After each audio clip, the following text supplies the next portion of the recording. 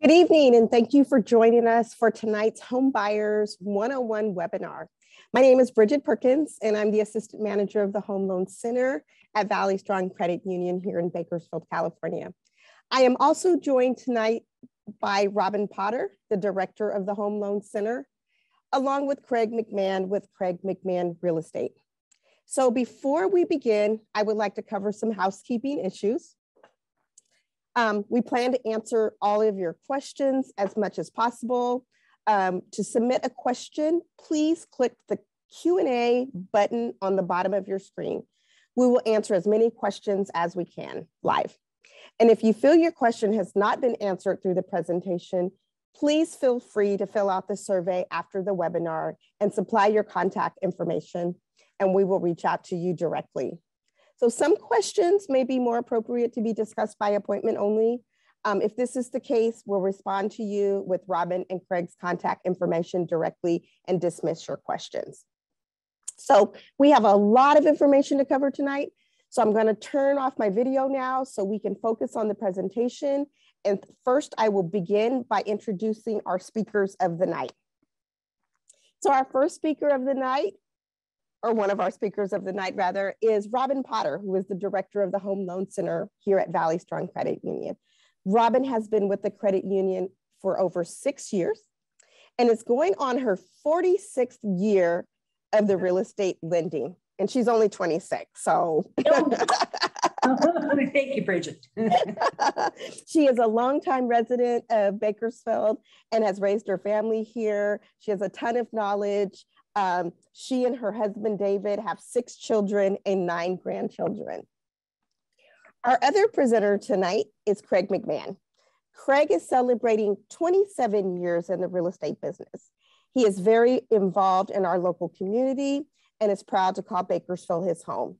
Craig comes from a family of real estate professionals. His father has been a real estate broker for the past 45 years, while his mother was a certified escrow officer for over 33 years. So he has a ton of knowledge. Craig and his wife both grew up in Bakersfield and attended local high schools. They have 6 amazing children that keep them very busy. So with that being said, take it away. All right, thank you. Thank you everybody for joining us tonight. We are really happy to have you here with us. Craig and I are grateful for this opportunity because we want to be able to provide you with some very, very basic information, but good information about home buying. There's a lot that goes into the whole thing, but we want to make sure that we're giving you a good foundation and a good knowledge base so that you can help make the best decisions that you can. Yeah, let's just see if I can get this page going here. I'm sorry. I apologize. There we go. When Craig and I are doing this live, I just hand him the controller, right? Okay, we're not. I'm innocent. Here we go. Here's our goals and objectives tonight. So first of all, you're here because you're thinking about buying a house. What's involved? We're going to talk about, why should I buy instead of renting? Well, when you purchase a home, for most people, it's the largest financial asset you're ever going to have. And that happens due to the equity over time that you'll build. And there's also tax deduction or deductible benefits that you'll have. It will help you with the amount of taxes that you have to pay to the government. So where do you start? So Craig and I are going to walk through this. And basically, we're going to talk about a pre-approval and what does that mean, and talk about the similarities or dissimilarities between a pre-approval and a pre-qualification. How do you get pre-approved? What do I need to do? What's involved? Then we're going to talk about what do I need to look for when I'm trying to find a realtor? And that's really, really important because, again, I'm going to circle right back to that. This is the largest financial probably transaction or one of them that you're going to have in your lifetime. So you want to make sure that you're looking for the right representation. What does a realtor do for me? And then what happens after I have a realtor? Then we're going to talk about finding a new home and all of the different things that go along with that. How do you know you're making the right decision? Those type of things. And then we're going to talk about when you make an offer to purchase, and then once it all wraps up, what it looks like. So we'll get started here. So pre-approval and pre-qualify. What's really interesting now, and Craig, I'd kind of like you to jump in if you want to, but one of the things that I'm seeing right now is that, and this is maybe more of it's a better question for you, Craig, about the realtors are not allowing people to go even look at a home unless they've already been pre-approved by a lender or pre-qualified by a lender. Is that true? Absolutely. I'm seeing it more and more where you can't even go out to look at properties without providing an approval letter. And sometimes even they want to see the funds to close or how you would intend to close the transaction financially. So it's gotten extremely competitive. And I don't want to take too much time of this part of the presentation, but I think of everything we're going to go over and review tonight for everybody that's watching, make a great big star on the pre-approval, because you literally will have no chance in getting an offer accepted over the other buyers out there without that approval letter in hand. And Robin will discuss the difference between the pre-approval and the pre-qualification. But the pre-qualification letters aren't worth the paper they're written on, and Robin will explain why.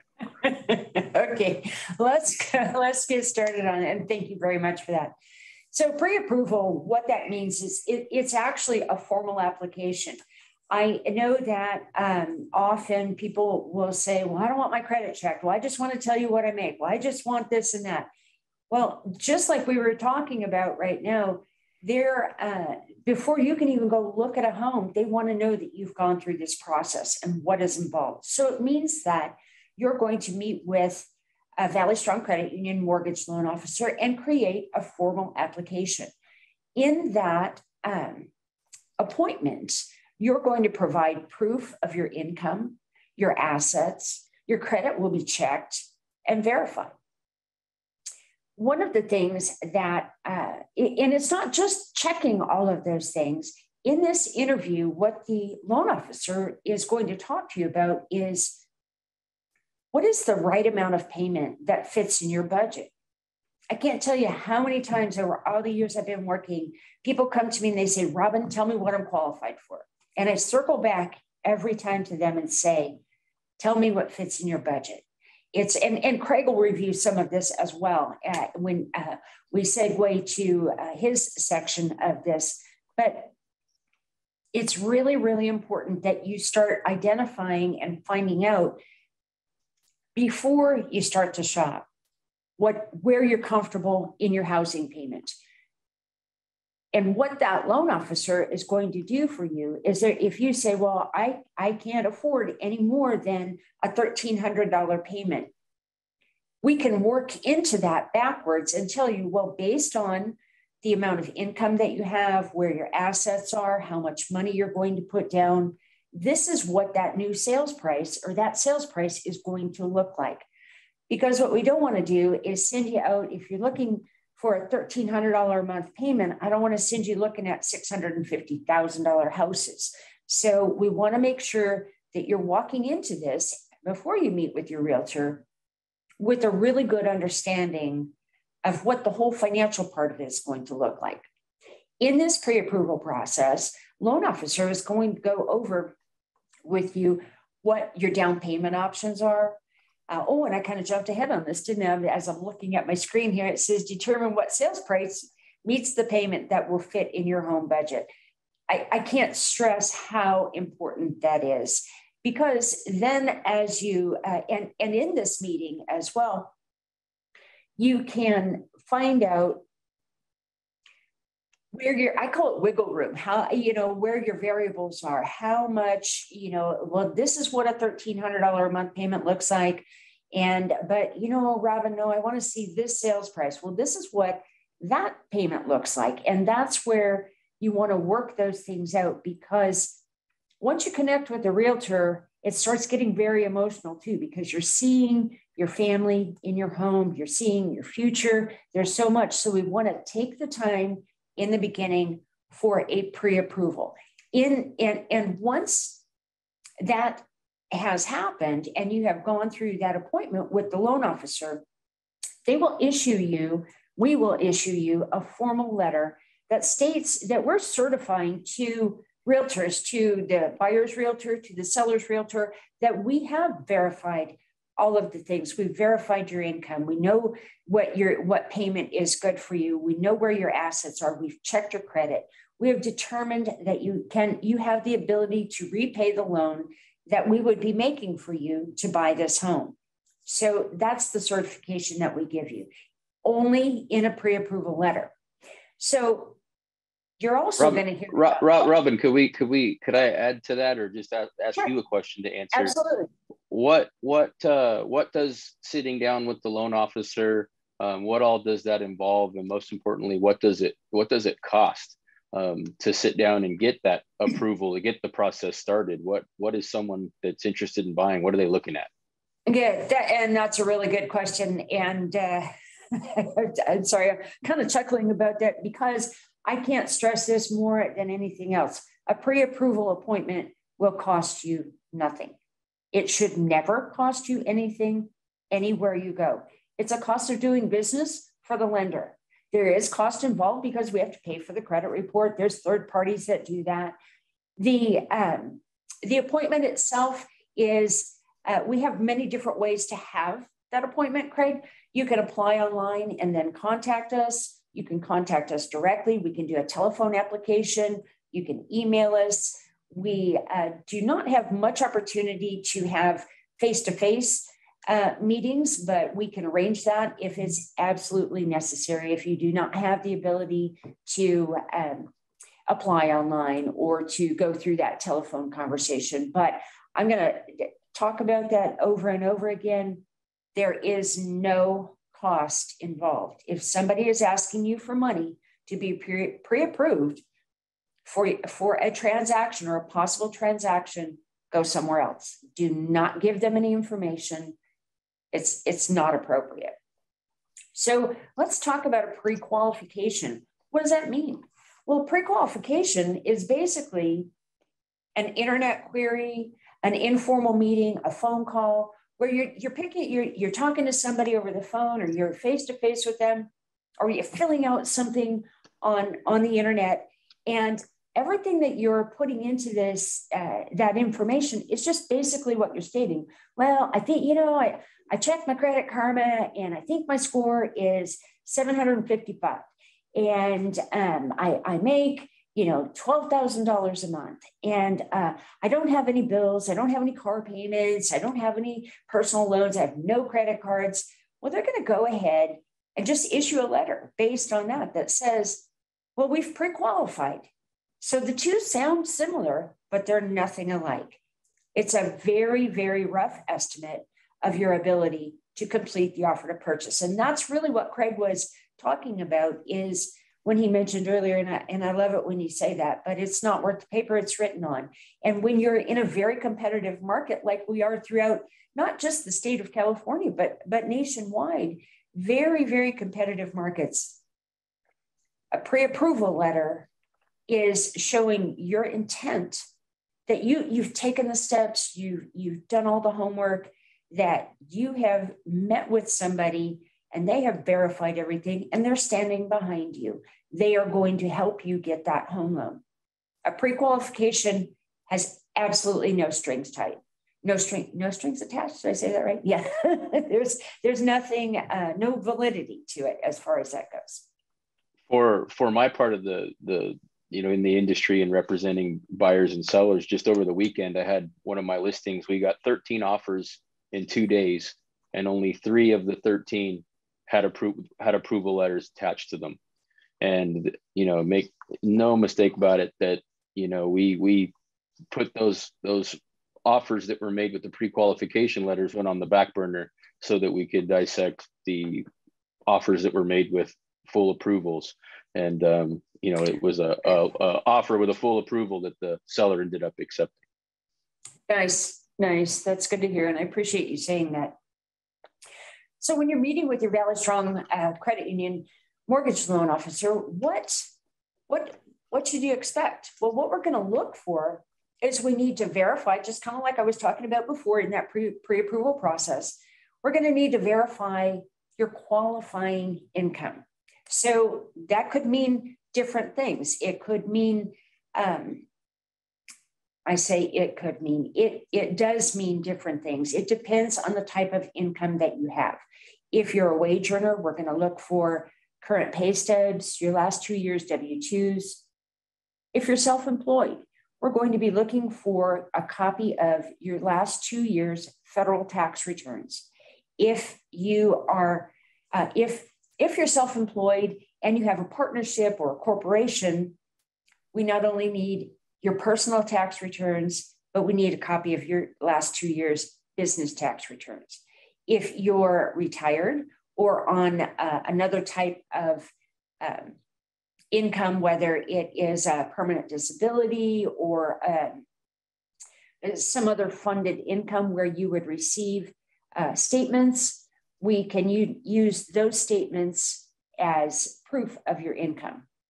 We're also going to want to see your last 2 months bank statements to show where the funds to close are going to come from.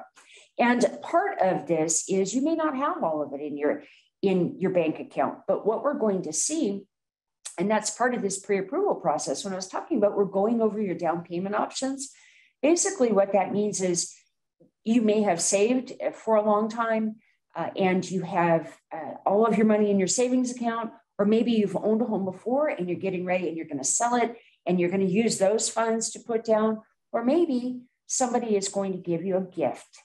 And so we will go through what the requirements are and what is needed to verify all of that. I talked about checking your credit. So when, I jumped ahead on my down payment options, sorry. I'm human too. Anyway, so when we check your credit, we actually use 3 bureaus. We use TransUnion, Equifax, and I'm going to forget what. Experience. Experience, thank you. And, and what all 3 of those bureaus, all lenders everywhere, or most lenders everywhere, are reporting your credit history to them. They report how you pay, how much credit you've got from them, how much you still owe them. But more importantly, we're looking at what your payment habits are. And based on, they have different algorithms that they look at or different models that they use. Each one of those bureaus gives a representative score. So we have 3 scores that we're looking at, and we take the middle of the 3 scores, and that then becomes your representative FICO score. So it's your you may have a 750, you may have a 745, and you may have a 703. Your representative FICO score will be the 745. It will be the middle of those 3. That is used, your score is used for many different things. One, it shows me, the lender, how you handle your payment, how you handle paying your bills, how do you handle your obligations. You don't have to have a lot of credit. You just have to be utilizing the credit that you have well, and that's in your best interest. How can that affect you? You'll hear, basically where it's going to affect you is in fees. Oftentimes people will say, well, I have a really high credit score, so do I get a better rate?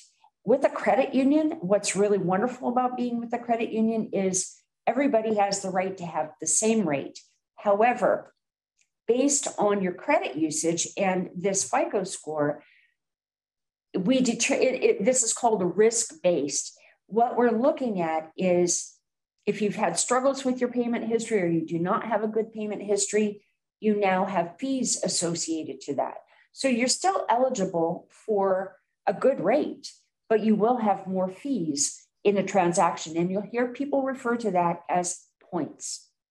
If you have excellent credit, there's less likelihood that you're going to have points involved in your transaction. We're going to talk about what are the best, again, and I'm going to say this, it's probably the most important thing. What is the best payment for your budget? I can't see everything about you and about your family when I'm looking at that application. There are so many things that go on in life that we don't know about, that only you know about. And that's why we're going to rely on you to tell us what's comfortable. And Craig will talk about this too. The last thing we want to do is put you into something where you're struggling to make ends meet and you have no quality of life, because that's not what homeownership is all about. We'll talk about the different types of loan programs that we offer. We have a tremendous amount of programs that we offer, and we'll go through what the good parts are, the not so, I don't want to say not so good parts, but maybe things why a program might be better than another for you as far as that goes. One of the things I'm going to bring up right now is, I have people say all the time, well, I'm a first-time home buyer. Tell me about your first-time home buyer programs. And Craig, you can jump in here if you want, but there are no more first-time home buyer programs. There used to be first-time home buyer programs. They were very specific to the point where you could not have owned a home in the previous 3 years. You had to prove it by your taxes. They were income limited, meaning that you could only make up to a certain percentage of the median income for the area that you're living in. And what was tied to them was you would get your first mortgage, and then there was some type of a grant or a second mortgage, which they call down payment assistance, which is there. Typically, those programs have higher interest rates, and that down payment assistance is not forgiven. If you want to refinance later, or if you want to sell your home, you have to pay all of that money back. And sometimes it has interest on it, sometimes it doesn't have interest on it. So anyway, there are still down payment assistance programs that are out there, but there are technically no first-time homebuyer programs. You hear it on the news or not on the news, but on the radio, on media, because they're trying to get you to call them, trying to get you hooked as far as that goes. Do you find that to be? Absolutely. And most of the programs that are out there are for anyone. And you're only allowed, one of these loans at a time. You can't have multiple. You can't go be a real estate investor and have a bunch of these home loan programs. So, they're very, very set in how you qualify for these, like Robin stated, in terms of the income and debt. And then on the down payment assistance, where we see some issues, are a lot of it is grant money that they get from the government. And as we all know right now, there's not a lot of that extra money going around. So a lot of the programs that have been around in years past, since the pandemic, there aren't a lot of down payment assistant programs that are even have the money to lend right now. But that's a good point. Right. That's a good point. So anyway, after all of this happens, with your meeting with the loan officer, you'll receive a pre-approval, commitment from Valley Strong. So one of the other things that I want to talk about is, well, what if you're not qualified? Then what happens? Well, when you're working with somebody that has experience, and I think probably this is our underlying theme, is to go invest your time with people who have experience. I can't tell you how many times over the years, even Craig and I over the years have worked with prospective home buyers that maybe they weren't able to, maybe their score wasn't where it needed to be, or they didn't have enough money for their down payment. What we do is we work with you on a long-term plan and follow up and help you reach that goal so that you can do this. It's a relationship, and it's about making sure that you are with people who have the knowledge and the understanding so that they can give you the correct guidance. I am currently working with a client who was referred to me and had gone to a friend of a friend of a friend and their cousin or something like that, and they're a new lender, and they didn't have the experience and the time in real estate lending. And they were telling her, well, go to this credit repair and do this, and you should be doing this, and you should be doing that. And it made no difference.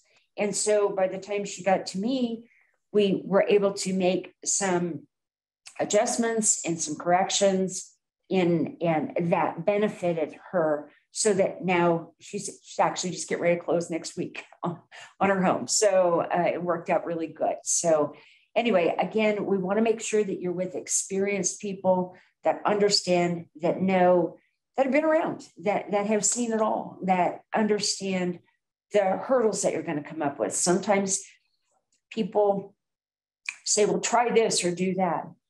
Well, we're the ones that understand if you try this or you do that, that may have absolutely no benefit to you. So anyway, just me kind of being on my soapbox there as far as that concerned.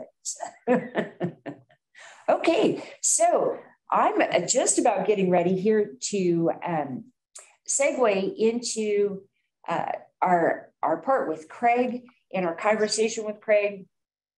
And one of the things, before I ask for questions, one of the things I want you to take away with you is finding a realtor. What should you be looking for? To me, it's the same thing as finding a lender. You want to be with somebody who, again, I'm a broken record here, but who has the experience, who has the knowledge, who has the foundation, and works for the proper organization that is going to give you safe, sound advice and good funding, not pull any switcheroo on you, making sure that they're bona fide. So when you're looking for a realtor, you want to look for somebody that has experience in the market that you want to live in. They should be able to talk to you about that market, about that area. Where are the schools? What are the school ratings? If that's what you're looking for. They should be able to analyze your wants and your needs. They're going to ask you the right questions about what's important to you and your family. They're going to show you homes that fit your criteria. Now, when I say criteria, what I mean is we're going to go right back to what payment fits in your budget, what works for your family. That's the most important thing that we need to figure out here. And that your realtor, somebody like Craig, is going to make sure that he's not, if you say I can afford a $1,300 payment, he's not going to go out and show you $700,000 houses, because it will never come together. A good realtor, an experienced realtor, is there to negotiate on your behalf. And this negotiation, and correct me if I'm wrong, Craig, this negotiation can also happen in new construction. If you're going out to buy a tract home, if you're going to a builder where they have a whole new development going, you have the right to bring a realtor with you. You want to take your realtor with you so that they can help you negotiate your sales price. Often, and I'm going to get off on a little bit of a tangent here, but when you're buying new construction, where there's, like I said, a new development, attractive homes, when you walk in, they say, well, this is our price, and this is, and here's your list, and this is what it is. And I'm going to say more than 99% of people go, okay. Yeah. When you have your realtor with you, you're going to say, well, this is what we're going to offer you for that. Everything is negotiable. Yeah. Everything. Absolutely. On the new construction side, if I could add, Robin, a lot of the, we do a lot of new construction transactions as well. And, the meat and potatoes for the builders on new construction are in the upgrades that they build and put in to the home. And, some of the places that buyers really need that help in negotiating on new construction is when it comes to that. Some of these builders will want 50 to 75% of the cash for the upgrades right up front, or they won't install them. And they try to play hardball with a lot of the buyers, trying to get as much money out of them as they possibly can to tie them up into a deal. And there's a lot of negotiation to be had on the new construction side. And as far as the costs and fees, who pays for that, or money to be saved, those fees are already worked into the pricing of the homes, whether there's a realtor involved or not. So if you're not going to be professionally represented, they're just putting it in their pocket rather than you having that professional representation to help you negotiate the best terms as possible. Good point. Thank you. I appreciate that. Yeah. So how much does it cost to have you represent me, Craig? If I want to go buy a house, how much is it going to cost? Just like you said, how much is it going to cost for pre-approval? Yeah, it's not going to cost you anything. Yep. All of the real estate fees in reference to the real estate agent and broker costs involved are paid by the sellers. It's a seller's cost and won't cost the buyer anything to have that professional representation. And again, falling back on Robin's first part of finding a realtor, experience is absolutely everything. Not just in helping you negotiate and putting a deal together, but also, what does that agent's reputation? Like I said, I had 13 offers on one of my new listings, and most of the agents I'd never heard of or worked with before, and a handful of them I'd done quite a bit of business with, and they know their reputation, how they work, know their lenders, and so we are having someone with the experience and the reputation will drastically increase your odds of getting a deal accepted versus, everybody knows somebody, that's hearing these horror stories of, oh my gosh, we've made so many offers, we can't get one accepted, we don't know what we're going to do. They probably don't have an approval letter, they're out firing offers with a pre-qualification, and the other is they're probably working with a real estate professional that just doesn't have the experience to put them in a position to beat the competition. So experience is paramount for sure. Good. What a realtor does for you is and Craig's going to talk a little bit more about this, because as soon as I finish this, we're going to move on to some questions, but they're going to coordinate the work of the other needed professionals. There are many moving parts and people involved in every real estate transaction. They're going to review all the paperwork, the deadlines.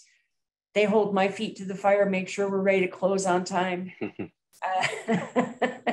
They are superheroes. They solve any problems that may arise. And that's what's really good. If you have a realtor that is saying, it's pointing the finger and I don't know, and just do what they say and let's go and close it, that's when your that little siren should be going off in your head. But most importantly, the realtor that you're looking for should be available to take your calls, your texts, your emails. So that brings us to kind of a stopping point where I just want to see if anybody has any questions, and here we go. Let's see. Bridget, do we have any questions?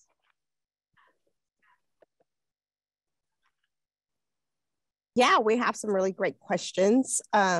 So this question is, when meeting with a mortgage loan officer, so this is for you, Robin, it says to bring a pay stub and W-2. How many months of pay stubs should I be taking? Oh, we just need your most recent 30 days. That's a really good question. And I apologize that I didn't mention that. So your most recent 30 days of pay stubs. Okay. All right. Another one for you, Robin. How do you work with low credit scores, but income is great? How do I work? How do I work with low credit scores? Well, low credit scores and great income. And great income. Okay. So I think I already brought up the soapbox term. I'm going to get back up on my soapbox a little bit here. The great part about being with credit unions is that a credit union, and especially one like Valley Strong, and we're growing and we're strong, we make all decisions on site, all decisions. And what we do in that application process is we take a step back and look at the whole picture. We look at everything. You may have had something in your life where you and I'm just going to give you an example. Had a gentleman that had gone through a really ugly divorce. He had a great job. He'd been on his job for a really long time. He had money in the bank. Through this divorce proceedings, there was, in the negotiation and the settlements, it caused him to have some poor credit ratings. Well, what we do is just take a deeper look. I'm not saying that we can grant credit every time, but the chances that you're going to that we're going to be able to make an exception because we're taking a bigger look or a deeper look at who you are, what is the likelihood that you're going to repay. Now, the other side of it is if you're a habitual non-payer, then we're going to talk about what's it going to take to build your credit to where we need it to be. But if it's an isolated incident, it's obvious. And we can see that and we can work with that. So I would encourage anybody that's got any type of situation like that to contact us and see if we can help you get something put together. Awesome. Okay, so we have quite a few questions that's been coming through. Let's see. I think this one is for you as well, Robin. Does Valley Strong do loans to purchase a second home as a primary residence? And if so, what would the down payment be? Okay, so a second home is sort of a primary residence, but your primary residence is where you live all the time. You're primarily living there, meaning that you spend most of your time there. A second home is a home that is located in another area. It cannot be in the same town. It can't be on the same street. It is a home that you will be secondary for you. So Valley Strong has different programs for that. We are looking for a minimum of 10% down, and it's great if you have the ability to do that. We offer a little bit less down payment on a primary residence, but that is our minimum down payment is 10%. Okay, awesome. Okay, we have quite a few questions in the queue. We'll try to get to a few more of them. So this one is it a good idea to get more than one pre-approval, or do all banks use the same calculations?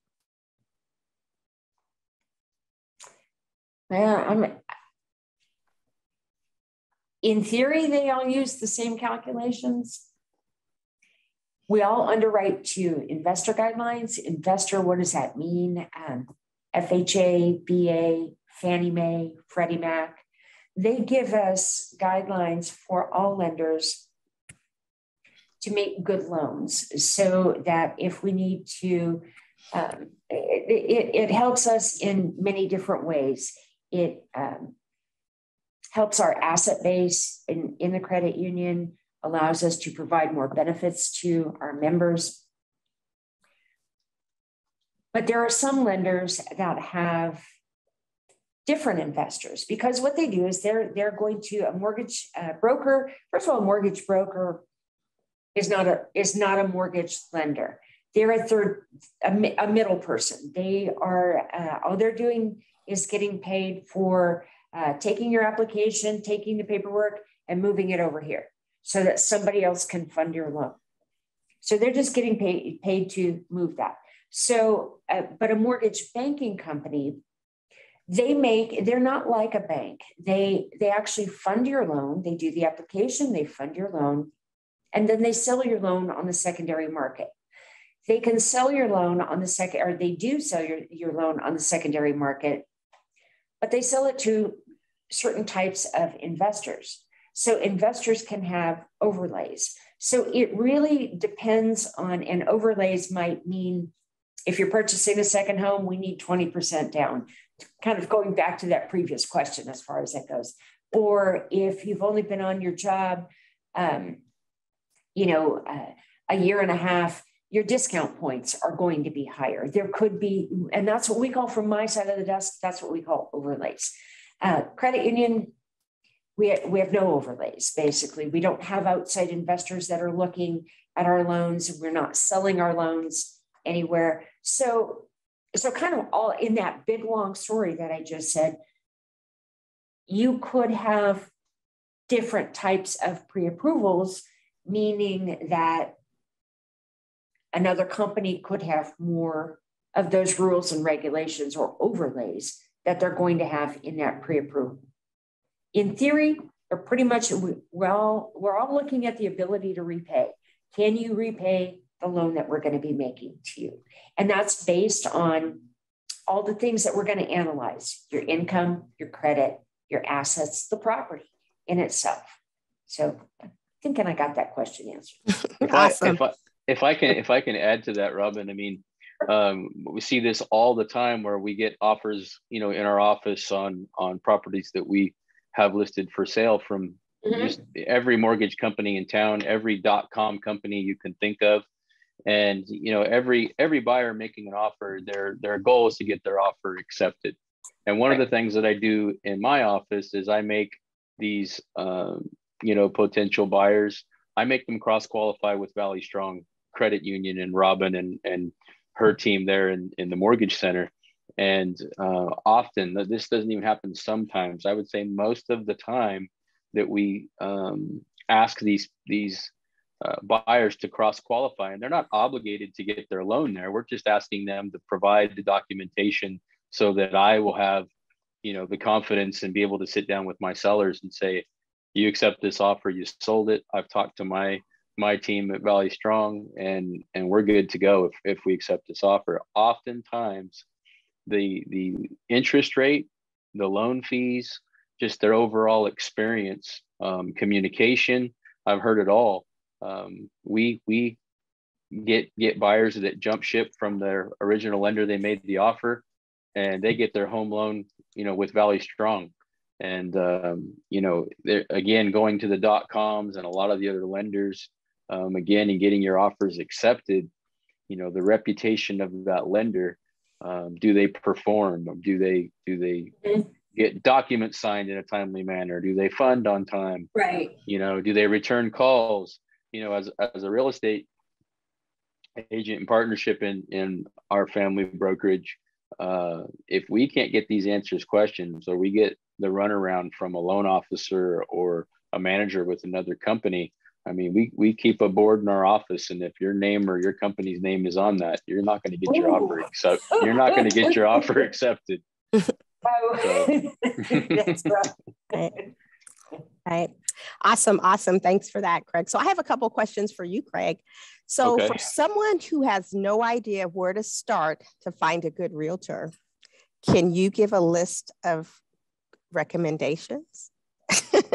Well, I would be happy to offer my phone number, but I'm just joking with that. But again, going back, experience is the most important part of the game. You want someone that knows the market. I think most importantly, a lot of people in the real estate business are in it part-time. They do it while the kids are at school. They don't work on the weekends. They don't work after 5 o'clock. And you want somebody that lives and breathes the business. I've been doing this for a very, very long time. And I love what I do. I feel so blessed that I do. It's like dumping a puzzle on the table. It's always different people, always different problems that we need to solve. And I love it. I absolutely love it. And, you want someone that, not just that you have confidence in, but can also, give you telephone numbers for their team, people like Robin Potter, escrow, title connections. Talk to those people as well and see how they work together, and that they have a solid, foundation of getting transactions closed. And I mean, this is a performance-based business. We don't make a dime unless we hand someone the keys to their property. When I'm not paid by the hour, it's performance-based. And again, I hear it every single day. Everybody knows a family or a friend, someone that's trying to buy a house, and they're just striking out, and they just don't know what they're going to do. And Robin and I, close transactions all the time where we don't always have the highest offer. True. But because we have the all of the pegs in order, the approval letter, and just the team of people that we have and our reputation that get us over the hump sometimes and getting deals accepted, just because the other realtors and brokerages, they know the strength of our team. So you just want someone with a very, very solid team behind them, and it's just someone that you have the confidence will take great care of you. Mm-hmm. Awesome. Thanks, Craig, for that answer. Okay, one more question for you, Craig. Do you think the demand of home buying will lower within the year? It's a big unknown, with what the interest rates are going to do. The interest rates have stayed stable, through the pandemic. We were all scared and wondering what the interest rates were going to do, but the Fed's held the rates low. So the market has continued to be strong. I know Valley Strong, they have branches and we have people that are part of this tonight, all the way up into Sacramento and Bay Area. And the same documents, the same forms, the same process, it's the same throughout the state of California. And with the rates holding, I don't see the market coming apart from a value perspective. Here in the Central Valley, we have a lot of people that are moving to our area from the Los Angeles, Southern California, and some people from Northern California. So with inventory as low as it is, with the number of homes on the market for sale, I see the prices holding. We might see it go level, but I don't see the prices coming apart on us. Yeah, I agree. Okay, so we have a ton of questions in the queue. So we'll answer a couple of more and then we'll move on with the presentation. Well, that's good. And thank you everybody for asking questions. Yeah, we really like that participation. Yes, there's a ton of questions. So I don't know, we can keep going or we can answer a few more. Let's answer a few more. We've got good time. Okay, absolutely. All right, so this question is for you, Robin. If your credit score is higher through Valley Strong compared to Experian, do we use the Valley Strong credit score or do we use the Experian score?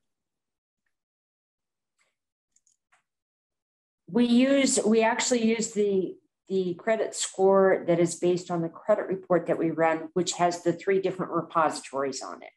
So we, again, going to go back, I don't want to get too in the weeds on regulation, but we have certain ways of documenting things. We can't just use a Valley Strong score. We actually have to use, just like I was talking about before, the 3 different, we've got Experian, TransUnion, and Equifax.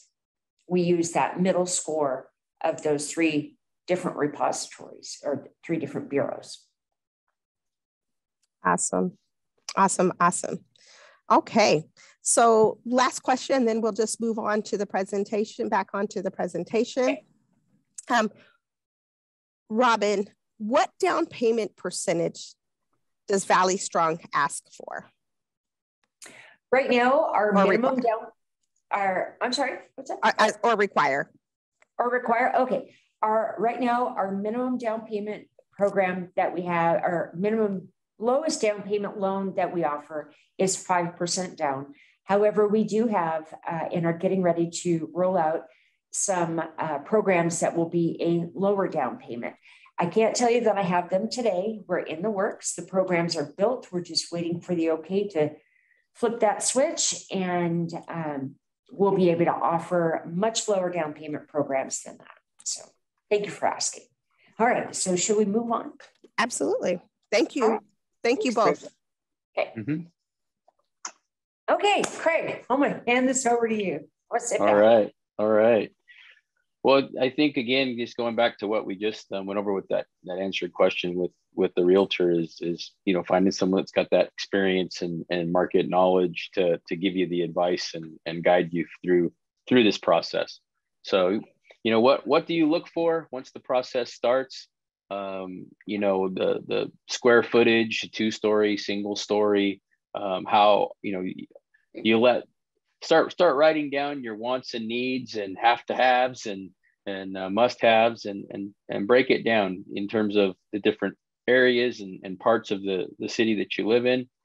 And, you know, proximity to schools and work are probably the number one thing that I get from my buyers. So, you know, we're able to, like any business, we're able to put, you know, whether it be different, you know, parameters of streets or blocks or school districts or specific schools, we can really fine tune the search. So once I have a great idea, or your realtor has a great idea of just exactly what you're looking for, you know, that process starts where, you know, we are members of multiple organizations that offer, you know, we're able to find these homes for sale. Realtor.com and Zillow are probably the world's worst for that. If I could get away with just simply logging onto those myself, it would save me thousands and thousands of dollars. But they're fun to look at. It's a great resource. The biggest problem with those is they're just not updated like they need to be. I get calls every week from clients. Hey, Craig, I saw this house. I check on it and the thing sold 60 days ago.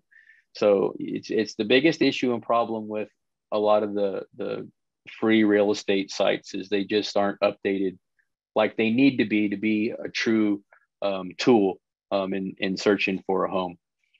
But one of the first things that I do once I put that list together of homes, and we go out and start looking at them, checking them off the list, getting closer and closer to what you're looking for. Say we get it broken down into 5 or 6 that you really, really like. And what I do for my clients, a lot of realtors don't do this, but I highly recommend, you know, that you find a realtor that will provide you what's called a comparative market analysis, or a CMA. And what that is it's basically exactly the same thing that an appraiser does when you find a house. Exactly. So we find out what's currently active for sale. We look at all the averages in terms of square footage, lot size, price per square foot, price, how long were they on the market? And we look at the actives, the pendings, and the solds. And I try to keep it, you know, within a really tight quarter-mile radius. But if you can't find anything in that tight of a radius, you have to expand it until you can put together a list of homes, which is exactly what an appraiser is going to do. And one of the questions I think a lot of buyers have that are new into the real estate world is, what do we offer? If they're asking 300,000, 400,000, what do we offer? And with this CMA, you have the detailed report and information that you need to make an educated decision on what is the true market value of this property. I can get very, very close in studying these to where these appraisals will even come in at, and knowing that right up front. So it's a very, very powerful tool to have in addition to the pre-approval. And sometimes, you know, house will be very, very overpriced, and I'll have a client that's interested, but when we look at the CMA, this thing can be, you know, $40,000, $50,000 more money than I know we'll ever get an appraisal for, and no one wants to pay more than appraised value. Right. So sometimes when we make an offer with that approval letter, we'll also include a copy of that CMA showing where that true market value is and what our concerns are, and see what we can do. But anyway, so the CMA, very, very important in addition to the approval letter. And then, you know, obviously looking at, you know, the condition of the property, you know, and my eyes, whether where the Christmas tree is going to go and whether the colors are right is not what my eye is trained to look at. I'm looking for issues that have been covered up with paint, whether it be a ceiling that's been repaired recently, fascia boards with some dry rot, roofing that's questionable, old air conditioning and heating units. And I just shared my knowledge and experience with my potential buyers and letting them know what I see. And that's before an offer is ever made or anything else. But could we go to the next slide? Sure. So after we find the property, and review the CMA, have agreed on a price we're going to offer. We put it together on a formal California residential purchase agreement is what it's called. And we put that formal offer together. The contingencies and conditions, I very highly recommend to all my clients that the standard inspection period in a real estate transaction in California is 17 days. It can be negotiated to be shorter. It can be negotiated to be longer. But 17 days is the standard time frame. I very highly recommend to all my clients that they get a home inspection where a home inspector climbs up, they check everything. They climb in the attic, they go underneath the house if it's on a perimeter foundation, go into all the places I personally would never go. I'd be too scared and chicken to go.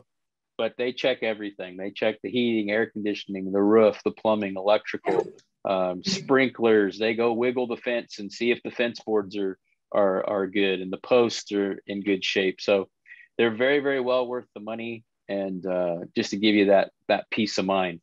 In addition to that, we always write our offers asking the seller to purchase the buyer 1-year home warranty plan, which will cover most everything within the perimeter of the foundation: electrical, plumbing, heating, air conditioning.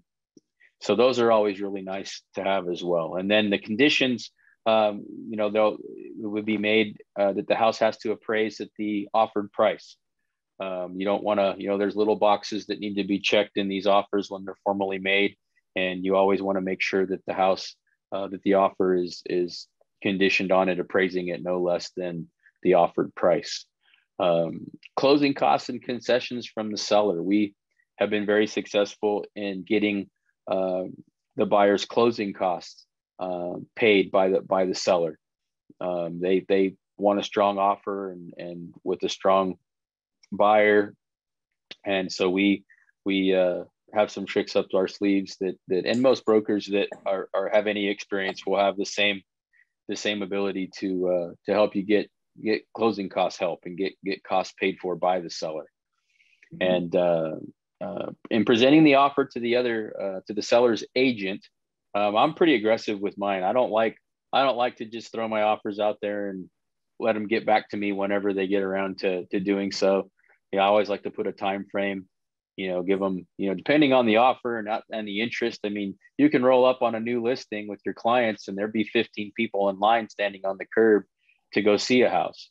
So knowing that, you don't want your offer to be held for 48 hours. So I sometimes only give them 24 hours with an offer, looking for a quick response to the offer rather than losing any time waiting.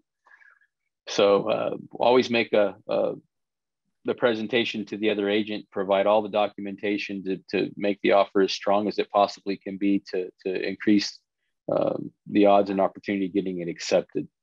And then follow up with the listing agent once that time's expired, whether it's 24, 48 hours, whatever is decided the time frame would be for them to respond, and find out where we're at. Did they accept the offer the way it was written?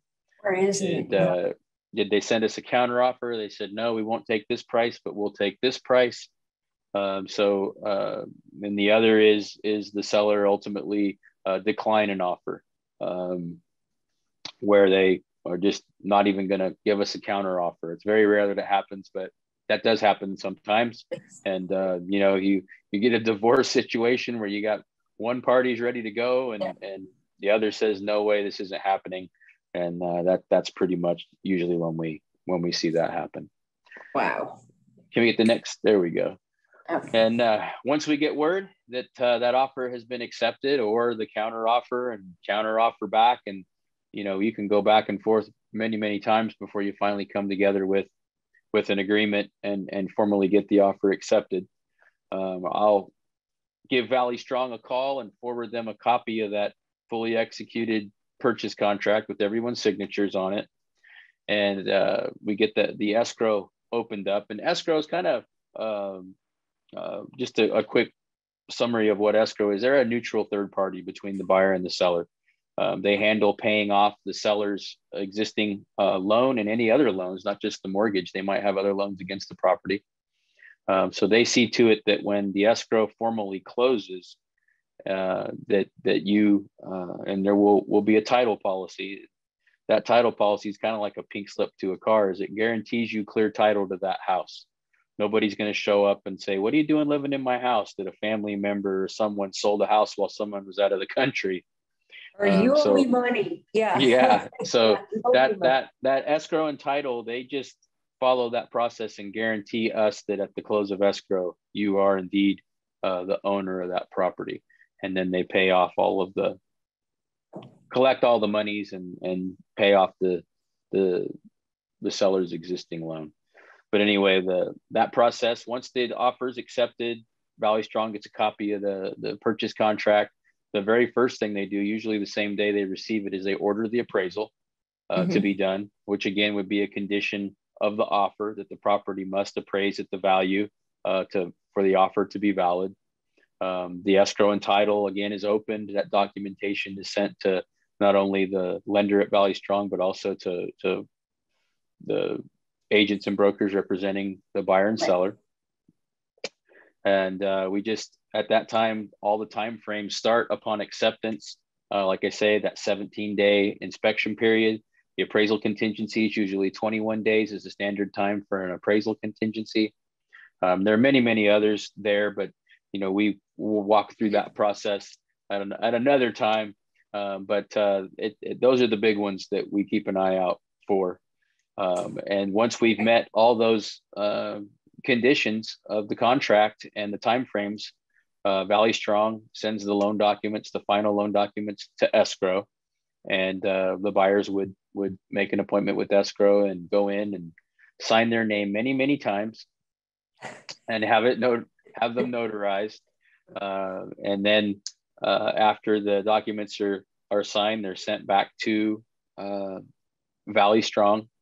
And you're given at that appointment, you're given the buyers are given the final number of costs or funds needed to close the escrow. And after the funds are dropped off and taken to the escrow, we set up the final inspection, where the purpose of that is to go make sure that the property is in the same condition it was in when the offer was made. This time of year, fall and winter, it's really not a big problem. But sometimes in the summer months, depending on where you live, a lot of times, sometimes these sellers, if they put a deal together, I'm very specific with my offers and writing in, that they're to maintain the property and keep the property in the condition that it, was in when the offer was made. But sometimes, sellers, they'll turn off the water, they'll fire the gardener, they'll turn off the pool filter, and it takes no time in the summer months for things to go sideways real fast. So I was going to ask, I was going to ask you about that. Or what if you go back out on that walkthrough and maybe there's a broken window, or what do you do when something like that happens? Well, the only real recourse that a buyer has at that point, if it's something that's not necessarily a deal breaker, but they don't want to close the escrow without something closed, is to either have it repaired before the close of escrow, where we put everything on hold, or we find out quickly, get a bid on what the cost for that repair will be, and get the seller to offer a credit to the buyer to take care of it after the close of escrow. But everything would be done in writing and taken care of. I sometimes prefer the credits, not to close them quicker. That's not the reason, but you don't want somebody's uncle that's gonna come out with this, and taking doors apart or fixing a plumbing leak that he makes it worse, or uses some automotive adhesive or something. So you're sometimes better off to just get a credit and then either hire a contractor, or, if you're handy, just take care of it yourself. Yeah, but have it done the right way. Yeah. So after that walkthrough and the property meets the buyer's approval, we let escrow, we let the lender, we let everybody know that we're good to go. And we're just waiting for Valley Strong to wire the money for the new loan to the escrow company. Once escrow receives that money, they, by bank wire, they release the deed of trust and the grant deed to the county recorder's office. and the deed is recorded into the new owner's name, and that's what takes place when the escrow formally closes escrow. I get a call, the confirmation that that's happened, and I'm at that time on the hunt for keys to your new house. And it's a lot of fun. I always enjoy, my famous line that I love to use with people when we close escrow is I always tell them or ask them if they're sitting down before I tell you this, you need to be sitting down, and congratulate them and let them know that it's finally closed escrow and get ready to move in. So that's the process. That's it in a quick summaries. But any questions anybody might have with that process in any stronger detail than that, feel free to reach out and we'll take care of you. That's right. And thank you, Craig. I just appreciate all that you do and your professionalism. We have several clients that have come through Valley Strong through collaboration with Craig from these home buying webinars. And I got to tell you, he's also represented a fair amount of my staff and in purchasing their homes and selling their homes. And what always comes to mind is the big warrior with the shield and what he's talking about is what he does. And it's really great. And what he's also talking about, or what he's emulating, is that type of realtor that you should be looking for regardless. And somebody who is going to go the extra mile for you and do those things for you. And then also be very collaborative with your lender. And I don't know, Craig, there haven't been really any problems we couldn't fix over the years, have there? I honestly can't remember any. So yeah. There's always something that comes up, but we always figure it out. And again, that comes with that experience. So hey, Bridget, do we have any more questions that we might be able to answer for our guests? Yes, we do. We have a few questions here for you. All right, so here we go. So we have, what are the options that are available if the house does not appraise at the sale price? Well, we have a few options. One is no deal. The deal's off. We are no longer interested. We'll go find another house. The other is the seller lowers their price to that appraised value. You meet somewhere in the middle with the buyer paying the difference. And then ultimately, very rarely it ever happens, but that a buyer pay the difference. It just comes down to the property. Sometimes it's right next door to grandma, and they just got to have this house. Got to have it, yeah. Other times, in rare occasion, you're better off to just go find another property. Again, there's so many reasons why homes are sold. Every single one has its own story as to why it's being sold. And again, going back to the different scenarios, whether it be a divorce or say, mom passed away and you got 4 brothers and sisters that, 3 of them agree to sell the house and one of them says, no way, I'll sell it at this price only.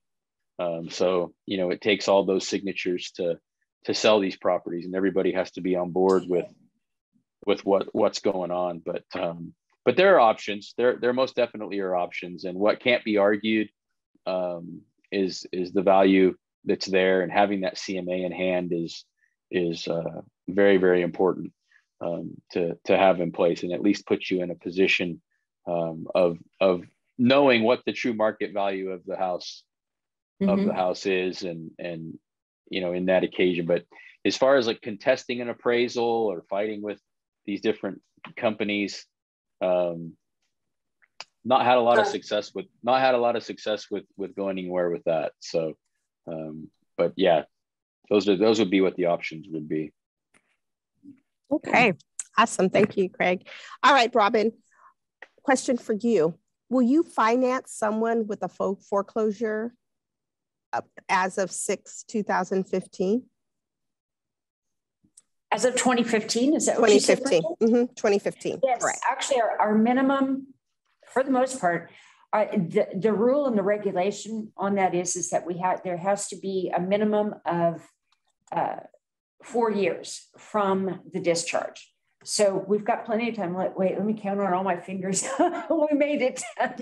We've got enough years in there. But sometimes, and this is why I want to encourage you to reach out to your lender, to your credit union, to Valley Strong, to our professionals who work with us. There could be other circumstances where we may be able to work with a bankruptcy that is a shorter period of time than that. As a matter of fact, we just had a sale transaction that we put together and closed last month where there were some unusual circumstances that could be documented. We, like I was talking about before, you dig a little bit deeper, you look at all the other good attributes that are there. And we made a loan for a couple who had filed bankruptcy 2 years ago because of what these circumstances were. So, well, I'm going to tell you what the rule is and the regulation is, but it's always worth it to check with your lender, with your credit union, your home loan center. At Valley Strong, we're always willing to take that second look, that deeper look to see what the circumstances are. Awesome. Thank you, Robin. Okay. I think this question is for you, Craig. How much is a CMA? Absolutely 100% free. 100%. Anybody that wanted to charge you for that, you need to run fast. I agree. You want to stay away. Yeah, it's just it's something that the realtors have access to through their multiple listing service, where they're able to check comparables when you're going to list a property for sale.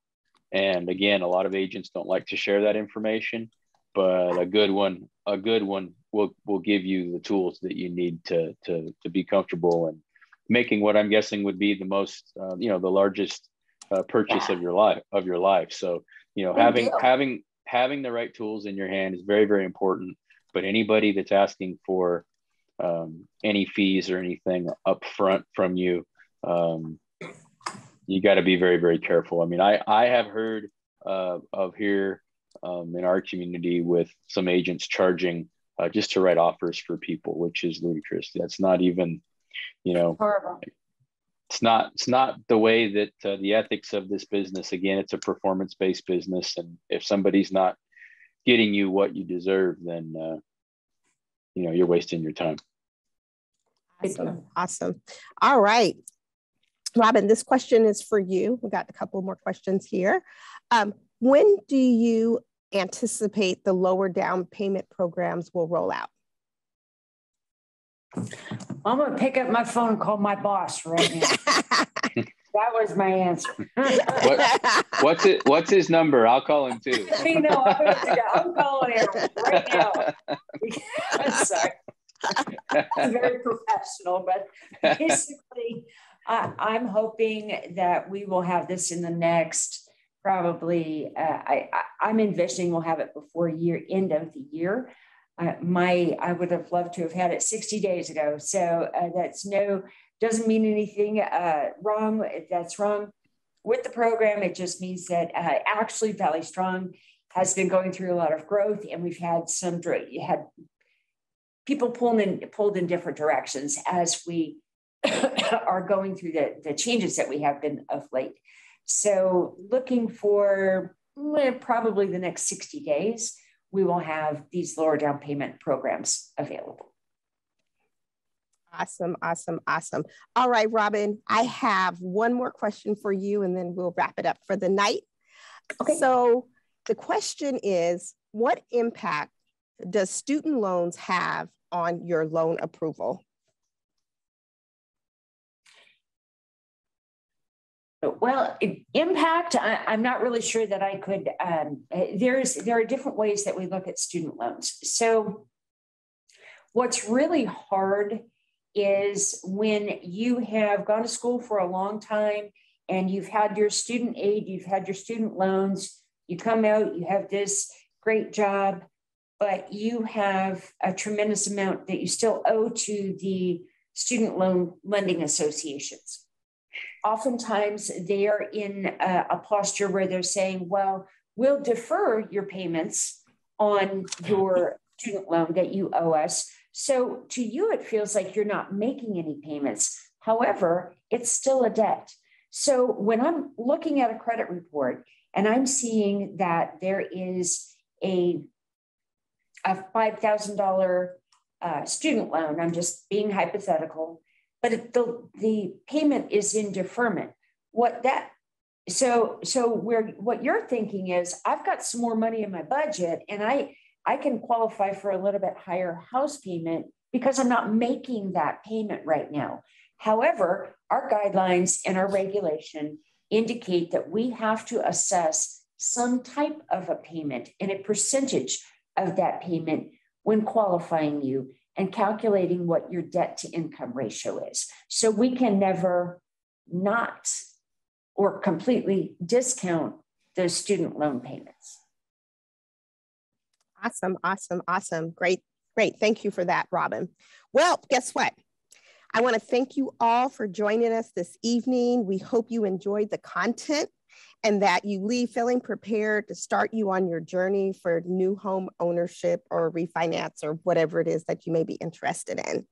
So after we end the meeting, we'll be presenting a link for you to take a short survey regarding today's webinar. This is where you can also ask additional questions if you feel your question was not answered in this presentation. Just be sure to include your contact information so we can reach out to you. So on behalf of myself, Bridget Perkins, Robin at Valley Strong Credit Union Director, Craig Mcmahon with McMahon Real Estate, we want to thank you all and have a great night and be safe. Thanks, everybody. Bye-bye. Have a good night. Good night. Good night. All right.